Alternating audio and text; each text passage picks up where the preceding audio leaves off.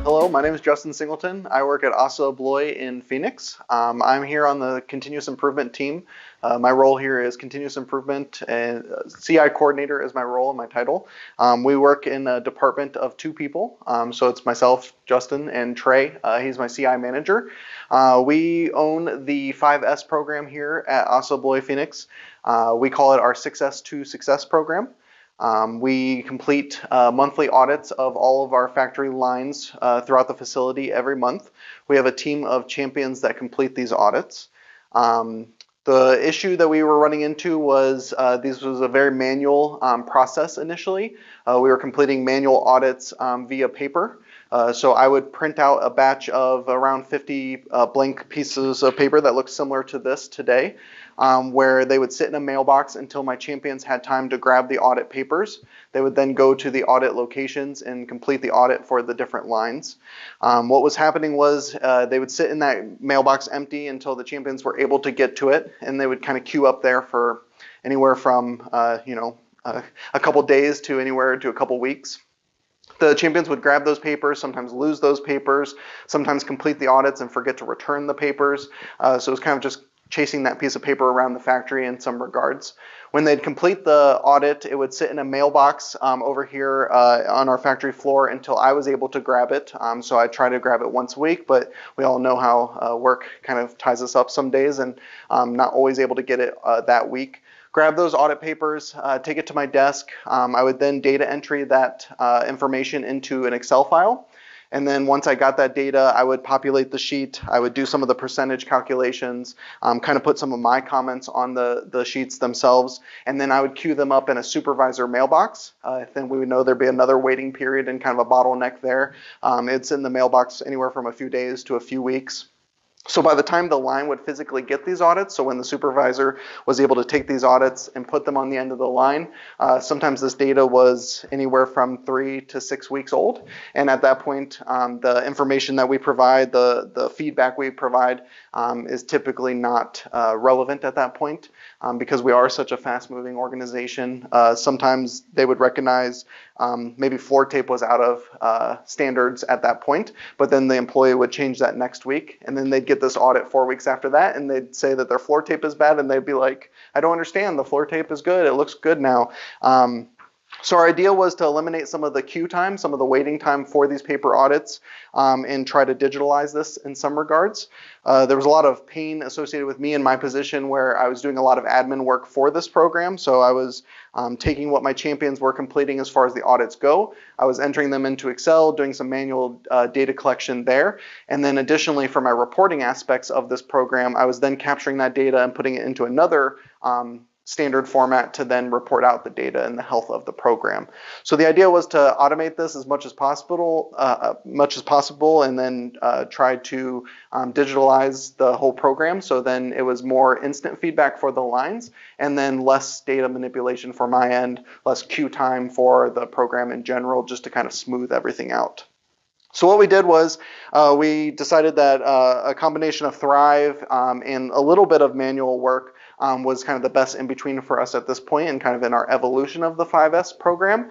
And then maybe at some point, maybe digitalize the next step and digitalize at the actual lines.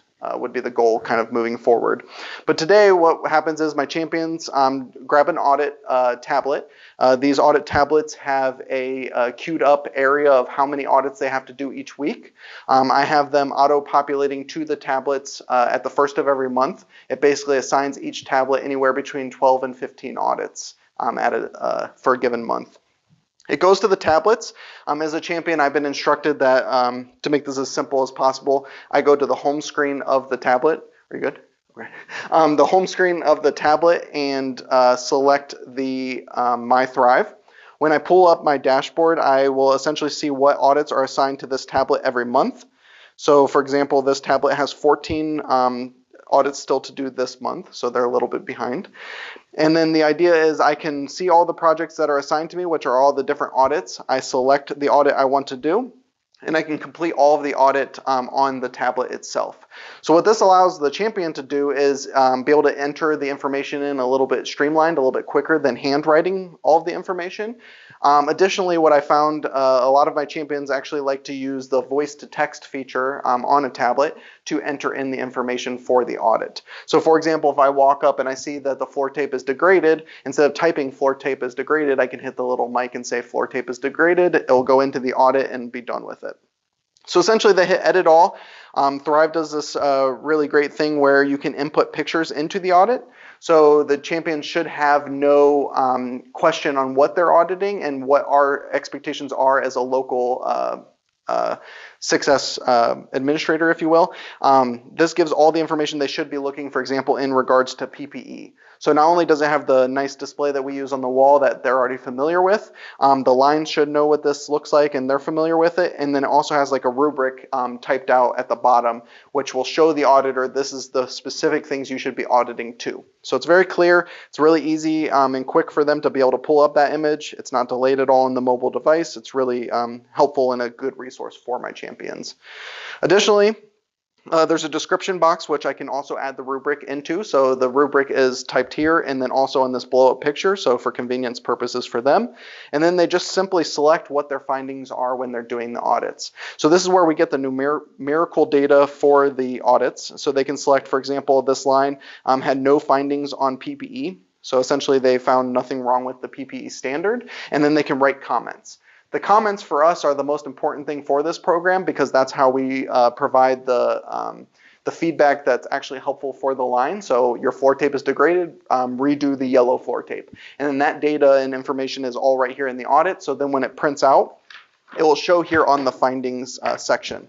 So the way that we use this audit sheet today is it has data from the previous months so they can kind of see month over month how they're doing and how they're trending in regards to the audits. It will give them some qualitative feedback. So this is how the line felt like when I walked up to it. So our champions have been trained in a way that this gives them kind of, when I walk up to a line, I feel like this is an area with success, or this is an area that feels chaotic to me or feels in disarray. And they're able to put that information in. And then down here on the bottom, the actual numerical portion is the part that's tied directly to the audit. So they select one of the findings and it auto-populates the sheet here. And then when they put the comments in, it actually puts the text portion here. Then every month, essentially, I get these. I actually get them on a weekly basis. They should be completing their audits on a weekly basis. And then this kind of queues up in my Thrive. I can then auto print all of these or batch print all of these.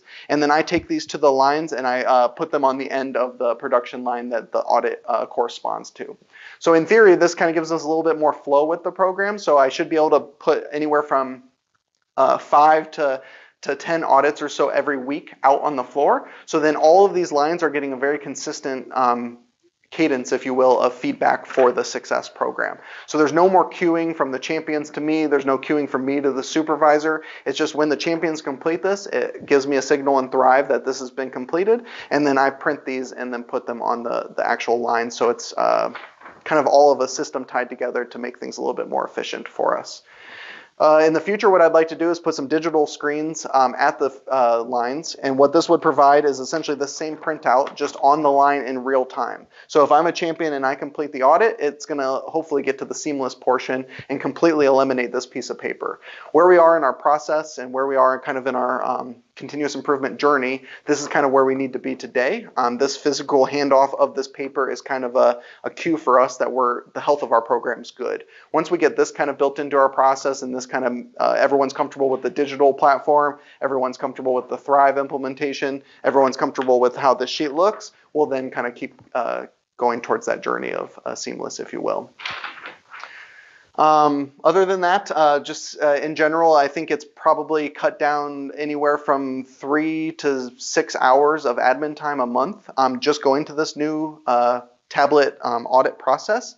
And additionally, I think it's getting audits. The last time I looked at the data, audits are getting to the lines somewhere between 2 to 3 weeks faster than they were, which is just the behavior we want to see. I mean, it's definitely gave more productive and more accurate feedback to the lines in regards to success and how they're doing as a line. Not sure what else is helpful.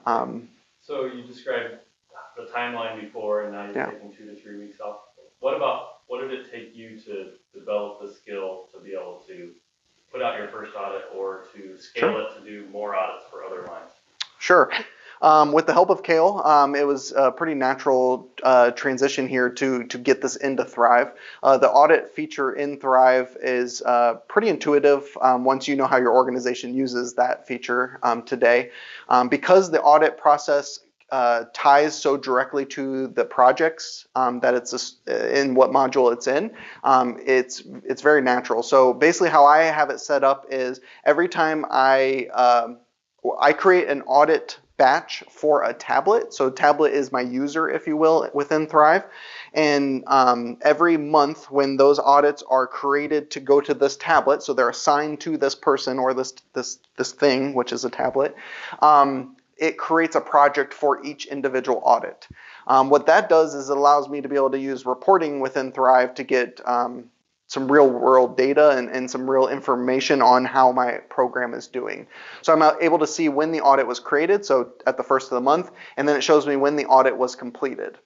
So for me to know that my program is kind of healthy without my intervention, I should see around 10 audits every month, or every week, I'm sorry, drop off that project list or be completed. If 10 are not being completed every month, I kind of know I need to do a little bit more intervention as far as the CI team goes to ensure that we're continually doing the audits in an appropriate amount of time. So with the help of Kale and with some just basic knowledge of kind of how reporting works, I was able to create a lot of great reports that show on my dashboard that kind of show me the health of this program. So I have an exception report, for example, that kind of just counts down throughout the month, and it shows me at the beginning of the month I have 48 audits. On week 2, I should see that go down by 10 or so. By week 3, I should see that, or I'm sorry, I should see that by going down by 20 or so by week 2. By week 3, I should see that going down by 30 or so. And if I don't see that kind of consistent drop, that's when I kind of do the intervention. Because I recognize that there's a lot of things that happen, a lot of variables, a lot of people people could call out or not show up to work. The supervisor could have some different priorities. I just use that kind of as a gauge to know when to do that intervention piece, if you will. And then we have some competitive nature to our success program, so we also have it divvied out by team. So another feature within Thrive that made this really accessible is essentially assigning master planning families to a given team. So then when I do the reporting, I can divide them out by those different teams. So I'm able to get an average of all the success scores for Moneymakers, for example, which is our high volume, low mix team, and compare their data with our Magroom production team to see how their success scores differ. And then I can see month over month trend of the teams to see how they're doing. Hopefully they're moving in the right direction. They're increasing their success score, which tells me that our feedback is giving them enough information to make positive impact. If their team is struggling and their success scores are dropping, I know either they're not able to spend time on success or it's not kind of baked into their standard work, or that my comments from my champions for that given area are maybe not as effective. So all of this is kind of a big interwoven piece to kind of see how the success program is truly working in the organization, and using the data from the findings and the comments from the champions is all a critical part of how it kind of works together. Yeah. So you mentioned, I think it was 3 to 6 hours roughly of admin time, you feel like you said. So yeah. What were the steps, or what were the things you were doing in that? Was that your admin time or Yeah. other people's? And what were those things? What were those steps in that Sure. admin time? And then how does it feel not to be doing that? Right. So when I came into my role, this was all manual. Like I said, it was in that paper format. So I was spending anywhere from 3 to 6 hours to essentially read what my champions wrote. So I had to decipher some handwriting, which was some of the portion of that time.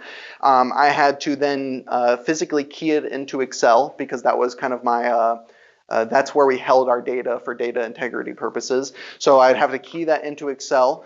I have to, in some of that time, I was building some validation in Excel. So I was building some VLOOKUP tables, and I was building a variety of different things in Excel to try to automate that as much as possible. Even after I did that, it was still taking me around 3 to 6 hours to decipher what the champions were reading or writing, and then what they actually were meaning by what they wrote, which was also sometimes a piece of that. And then I'd also have to do this aggregate and this calculation. So we use this percentage not really to drive change, but to give me a better idea of how that team's doing month over month. So essentially they get a score associated with that finding, and then it's averaged from a total score that they could get. And then that gives me an idea of, hey, this team had an 80%, they went to a 90%, and they dropped down to an 80%. So I can use that data to kind of get an idea that this is probably a difference of auditors, to be honest. Given by that, I know from this program that because those numbers are all fairly close, that's probably just a difference of who audited that month. So then I can use that information to go back to my champions and kind of norm on audits and make sure that we're doing a good job, make sure that people are auditing the same way, etc. So with the admin time portion of that was also just doing this numerical calculation in Excel. Then I was also cutting and pasting that data into a, lack of better words, a prettier version of that data. So then I could present that at a few places throughout the factory, but then also bring it to some stand-up meetings in a digestible fashion, if you will. An Excel spreadsheet with 50 to 60 lines every month isn't super legible and isn't super beneficial to the audience I was presenting that to. So I'm be able to convert that data from an Excel spreadsheet to like a graph, for example, in PowerPoint is typically how I display it. That was some of the admin time as well. And then some other admin time that I was doing is for our monthly leadership Gemba. So we walk around and do recognition piece for this program in particular. I'd have to go through and either use formulas or basically do month over month calculations to determine who would win certain things and who was doing better than other people. And that portion of this program was very admin intensive, if you will. Now with Thrive, because I have all of that pretty much automated, once a month I basically pull up my dashboard and I can just grab a snapshot of that graph, put it over into whatever medium I need, if that's email or if that's a PowerPoint to print or whatever that might be. It's very natural and it takes me 5 minutes versus the 3 to 6 hours, which was a lot of work.